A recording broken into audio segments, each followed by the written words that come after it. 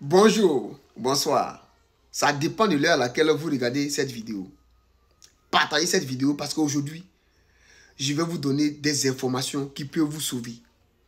Aujourd'hui, je vais vous expliquer les 5 étapes, la procédure à adopter pour demander l'asile ici aux États-Unis. Partagez cette vidéo, ça peut sauver des familles, ça peut sauver une personne. Comme je vous le dis toujours, une petite information, aussi petite qu'elle peut être, peut sauver la vie d'une personne. Donc partagez, ça peut aider des personnes. Si vous êtes dans ce cas aussi, n'oubliez pas de prendre un bic, une feuille, et puis noter ces différentes étapes, la procédure à mener pour demander l'asile ici aux États-Unis.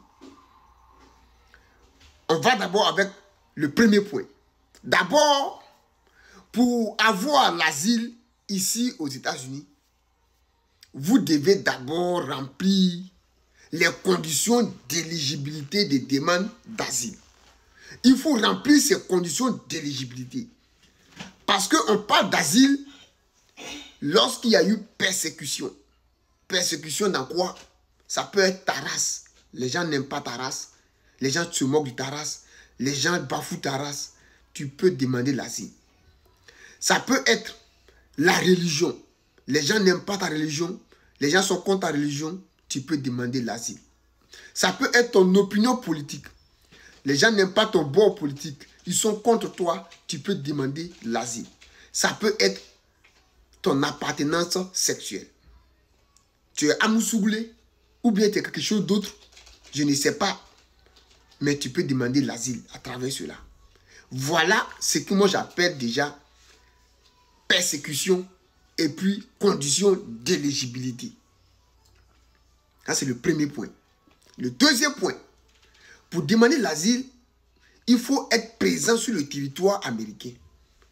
Parce que tu ne peux pas être sur un autre territoire et puis vouloir demander l'asile. Il faut être sur le territoire américain. À travers un visa, peut-être que tu es rentré par un visa, à travers un visa. Ou bien tu es rentré par une demande à un point d'entrée officielle, c'est-à-dire par une frontière, ou bien d'une entrée irrégulière. Vous-même, vous connaissez déjà ce qu'on appelle irrégulière. Mais déjà, cette partie-là, cette manière d'entrer ici, là, je ne vous le conseille pas. Mais si vous vous trouvez dans ces cas-là, vous pouvez demander l'asile. Le troisième point, c'est un point qui est très crucial. Partagez cette vidéo, ça peut sauver des familles, ça peut sauver des personnes.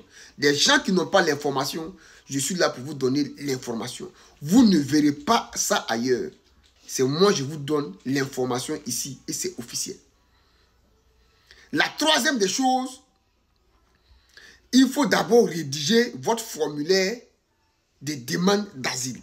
Le formulaire qu'on appelle I-589. Le formulaire I-589 là, c'est ce que vous devez remplir. C'est le formulaire de demande d'asile ou de suspension du renvoi. Et le soumettre maintenant à l'USCIS, United States Citizen and Immigration Service. Vous soumettez votre demande à cette structure-là, l'USCIS, United States Citizen and Immigration Service. Le quatrième point, après avoir rédigé maintenant votre demande d'asile, votre formulaire, vous allez voir maintenant que vous serez maintenant convoqué par un agent de United States Citizen and Immigration Service là, l'USCIS là. Vous serez convoqué par un agent qui va vous interviewer pour vous faire entendre. Vous serez entendu. Là-bas, ce qu'ils doivent faire là, ce qu'ils veulent faire avec vous, c'est pour savoir si vous êtes crédible. C'est pour recueillir des informations nouvelles ou bien des informations supplémentaires. C'est pour cela, dans la démarche de demande d'asile, on vous conseille d'avoir un avocat. Quand tu as un avocat, quand tu as quelqu'un qui défend ton case, tu sais comment te comporter. C'est pourquoi il ne doit pas mentir sur ton cas. Il faut avoir les preuves de ce que tu avances. Quand c'est comme ça, ça permet à ton avocat de te défendre. Et ça permet à ce que ton dossier parte rapidement.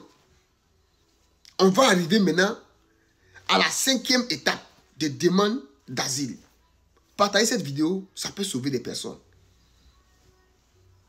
La 5e étape, c'est l'audience. L'audience devant un juge d'immigration. Oui, c'est là-bas que tout va se jouer. Là-bas, on peut vous refuser les demandes d'asile ou bien on peut vous accorder. On vous accorde votre demande d'asile ou bien on vous refuse votre demande d'asile. Mais, famille, personne ne souhaite qu'on refuse une demande d'asile à son frère. Si vous vous trouvez dans ce cas, qu'on vous a refusé votre demande d'asile, commentez ici et la prochaine vidéo sera pour vous. Il y a toujours une solution quand on vous refuse votre demande d'asile. Il y a toujours une solution. Je vais vous expliquer la procédure maintenant à suivre quand on vous refuse votre demande d'asile.